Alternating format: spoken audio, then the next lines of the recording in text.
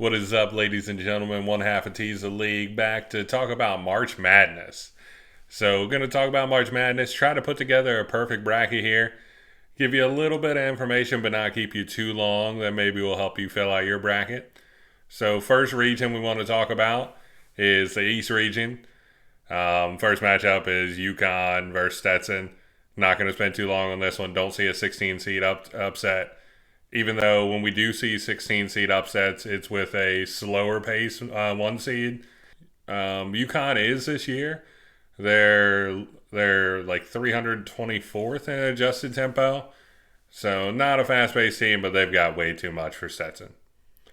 8-9 seed game here is very interesting. We've got FAU off of their Final Four run last year going up against Northwestern. Northwestern plays a couple guys like 35 minutes a game. Gonna be tough, and FAU has seemingly played close games all year, but I trust them to eke it out down the stretch, especially with John L. Davis, who was pretty clutch last year, and expect him to be clutch again this year when needed. And then we've got our 4 seed Auburn taking on Yale. So Yale, fresh off that awesome buzzer beater in the Ivy League Conference Tournament to make it in. Auburn, fresh off winning the SEC. I think Auburn's just got too much for Yale here. And then we've got our 5-12 seed matchup. San Diego State against UAB.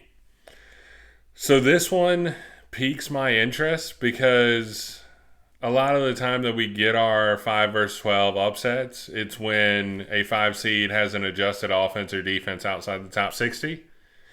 And we do have that here with San Diego State being 62nd on offense. But I still think they've got a little bit too much for this UAB squad. Definitely UAB could give them a scare. And it's an intriguing one enough that I could see people picking it, but it's just not going to be one of my picks. And then we've got maybe the most fun matchup in this East first round, the 6 seed BYU against the 11 seed Duquesne. So Duquesne's got 2 really good guards, with being led by Day Grant, and BYU can absolutely shoot the rock, and they are not scared to shoot either. They actually take more than half of their shots are threes. They shoot 50.7% of their shots are threes. In the end, I think BYU has a little bit too much and makes too many shots for Duquesne, but don't be surprised if this one's close and then BYU has to escape it late. The 3 seed matchup is Illinois, fresh off winning the Big Ten, against Morehead State. So this matchup is actually intriguing. 3 versus 14, maybe you get one intriguing one per year. And I think it could actually be this one. Now, don't get me wrong, I'm going to go ahead and pick Illinois here. But when 14 seeds are very balanced, so that just means their offensive efficiency and defensive efficiency are typically at least within 40 of each other. You want a little bit closer, but within 40 is the cutoff. They're actually almost winning at a 33% rate against 3 seeds, which doesn't sound like much. But you got to remember, this is supposed to be an easy win for a 3 seed. So most of our 14 seeds have been really balanced sides, which this Morehead State squad is 120th in offensive efficiency and 124th in defense. So could be a close one, but with Shannon, he scores too many big buckets for me to think Morehead State's going to be able to fully pull off the upset. And then we've got maybe my favorite Cinderella of the tournament, Drake, as the 10 seed, who is actually favored against the 7 seed Washington State.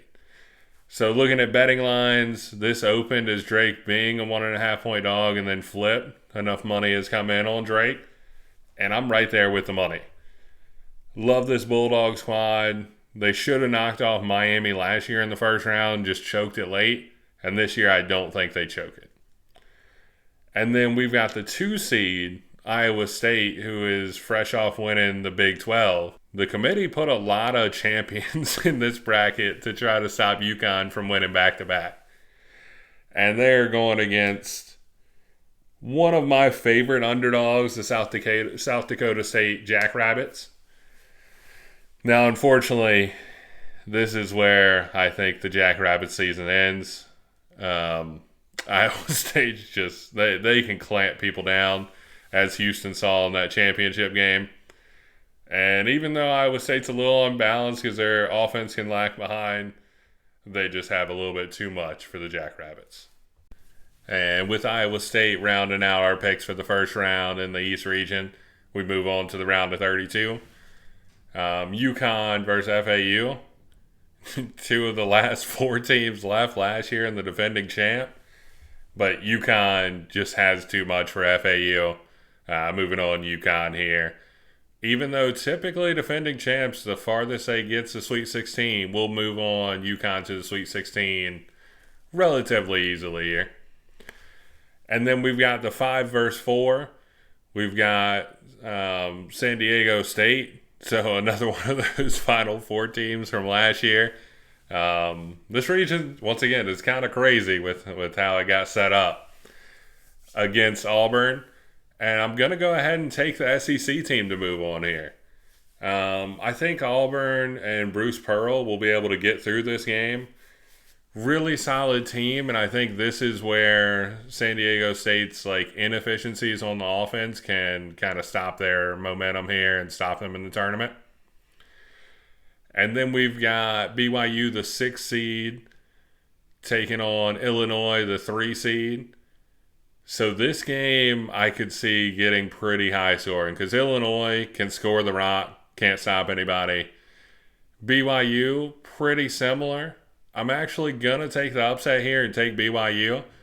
I think through this first weekend, even though we got a neutral site that can be detrimental to shooting teams, that they will be able to stay hot through the first 2 games. And then probably my biggest upset of this East region is going to be I'm taking Drake to knock off Iowa State. So this is a tough one, hard to sell, but I think Iowa State being a little unbalanced with such a great defense and a not great offense, I think this is a spot where they could be upset. Once again, Drake last year choked away their game. And with a decent amount of the roster back, they were able to clutch up against Indiana State in their title game in their conference. And I think that this is kind of their redemption March Madness. You know, maybe being able to steal a game extra that they shouldn't win, bouncing back from last year.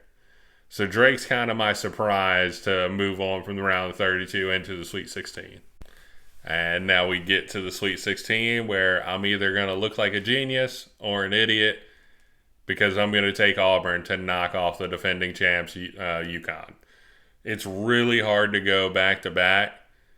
And I think this UConn team has a tough matchup against Auburn. Like I said, obviously, you could go with UConn here. Won't blame you. They've looked like the best team in the country most of the year. But I think this is a really good spot for Auburn. And then the bottom of the bracket, we have BYU and we have Drake. I think the magic for Drake runs out here. Making it to that second weekend is a huge accomplishment. And sometimes it's tough to take that magic from the first weekend into the second. So I think that their luck kind of runs out here. And we get BYU kind of making a surprise run all the way to the Elite Eight. So for our Elite Eight, we've probably got 2 teams that I don't know that a ton of people will pick. We've got the 4 seed Auburn and the 6 seed BYU. And this is probably as adventurous as I'm going to get across any region. And I'm going to take Bruce Pearl to make a Final Four here. You do get a lot of, basically most years, you get a 4 seed or higher to make the Final Four. And that's probably going to be my only 4 seed or higher to make the Final Four. I'm going with Auburn, going with Bruce Pearl to make the Final Four.